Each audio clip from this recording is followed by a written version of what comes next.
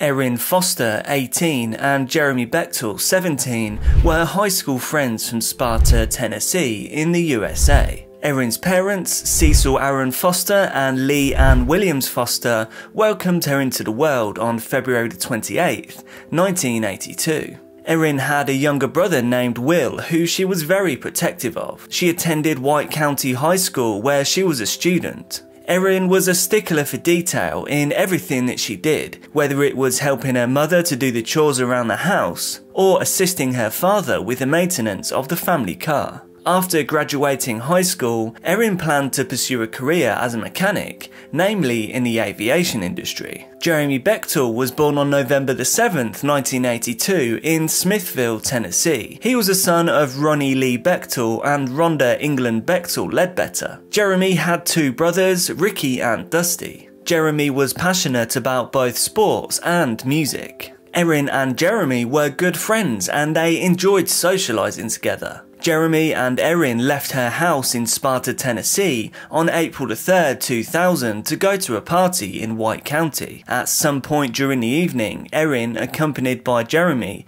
left the party to go and pick her younger brother Will up from an arcade and take him home.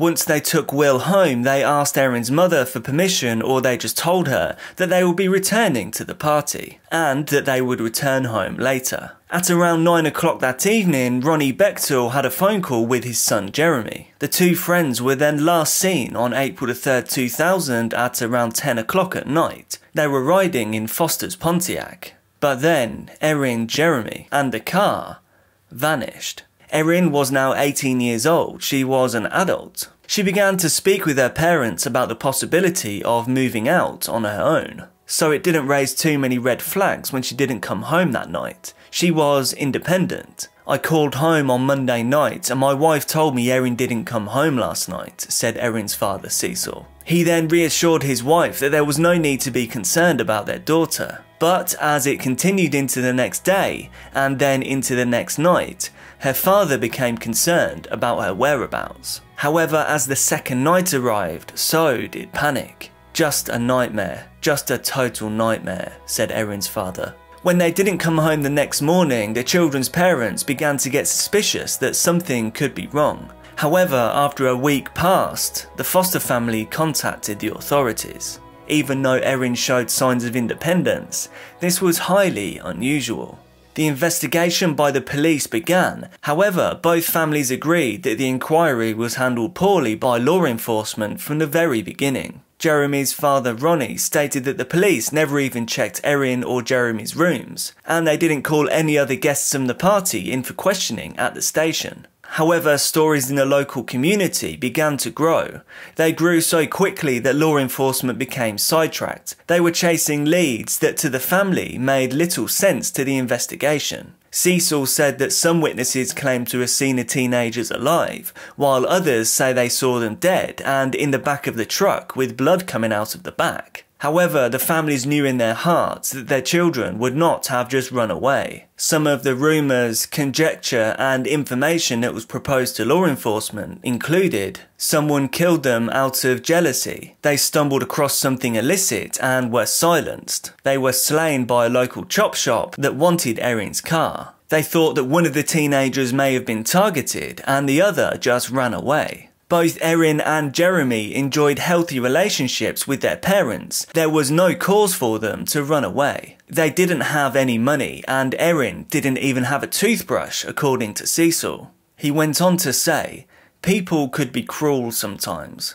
He added that his wife Leanne later had to leave work because people were continually talking about the case. He said that he and his wife have dealt with stress in a variety of ways. He openly admits that to soothe his nerves, he has used drugs and he turned to alcohol to wash the troubles away. The years passed and the case went cold. Both sets of parents were now used to having their hopes built up and then dashed every time a new lead surfaced. After receiving information that Erin was residing in and working in the city of Pensacola, Florida in 2005 and again in 2006, detectives there conducted an intensive search. However, this was determined to be a hoax or false information. Sadly, Jeremy's mother Rhonda passed away from cancer.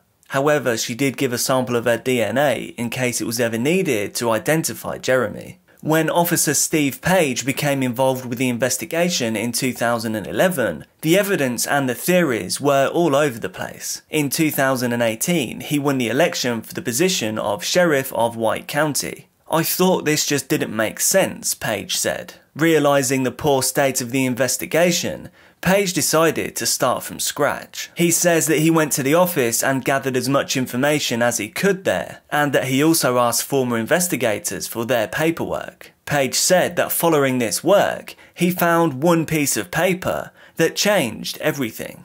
It is quite likely that the missing persons report that was signed by Erin's family was buried behind years' worth of suggestions, leads and suspicions. Page stated that it would have been the very first document that was related to the case. It was simply misplaced. Up until this point, investigators were absolutely convinced that a party located on the western edge of the county was connected to the crime in some way.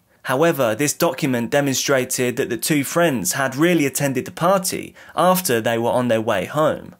Those at the party believed they were heading in the opposite direction. This is the information that the police ran with. Page said she picked up her younger brother and asked her mother to stay out a little while later than normal. She was accompanied by Jeremy Bechtel. According to the document, Erin's house is where the two started their journey, not the party.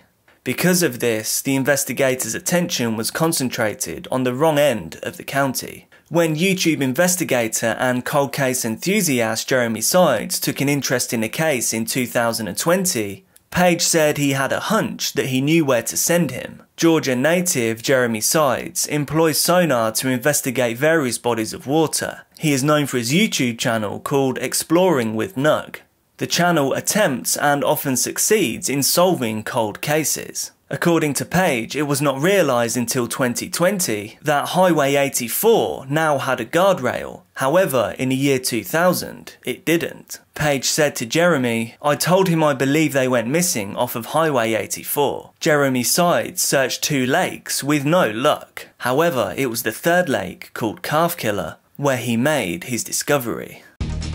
It's been more than 20 years since anyone has seen teenagers Erin Foster and Jeremy Bechtel alive. Witnesses saw Erin's black Pontiac Grand Am on April 3rd, 2000, but that was law enforcement's only lead.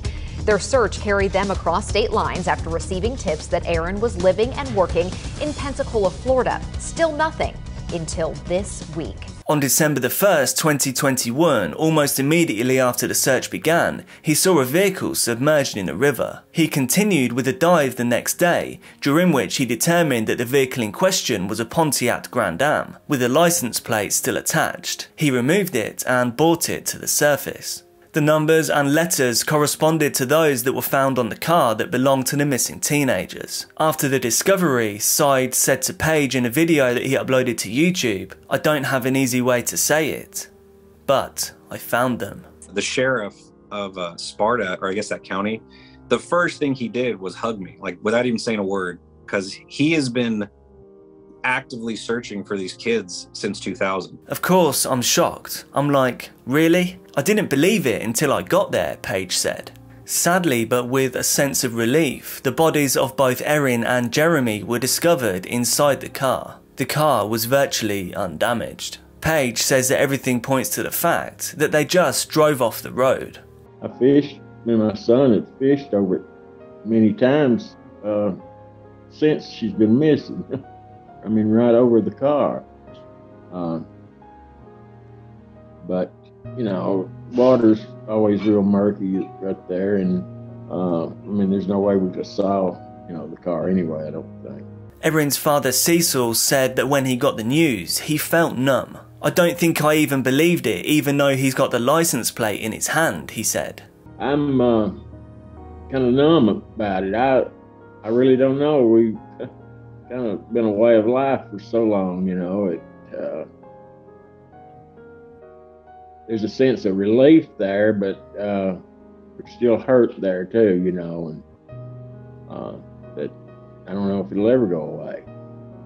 He expressed his gratitude to the sheriff and everyone else who helped in the search for his daughter, but he can't help but wonder why it took so long to bring her home. as different sheriffs came in. You would think that if they were very interested in the case, they would have found the paper because it had to be there. Now we just have to deal with losing this glimmer of hope. So it's a different hurt. There's something different about it. I can't explain it. Ronnie Bechtel said that he felt relieved because there was a sense of closure. I can bury my son, he said. I've prayed that if he's not on this earth, that he's with Jesus and with Mama. And there's no doubt that they've all seen him by now and know what's happened. When Page was asked what he would say to people that were unhappy with the investigation, Page responded by saying that we are all human. We have gone in wells, dug up areas, we have used ground penetrating equipment looking for bodies, Page said. But it was right under our noses the entire time. It's heart-wrenching to know it was that simple. And it was made hard because of all the rumours and horror stories throughout the years. Page said, we all make errors. These two teenage friends were finally laid to rest after 21 years. Please subscribe for more dark cases and turn on notifications. And please do like the video to boost the signal of this case. Please consider joining the channel as a member for just 99p. Just click join below. Your support on Patreon would also be greatly appreciated. Thank you to my patrons, David James, Shane Woodward, and Jason Grout. For supporting, you will gain priority case suggestion via Patreon DM. You'll be thanked in each video and in the video description. Thank you, look after yourself, and I'll see you again soon.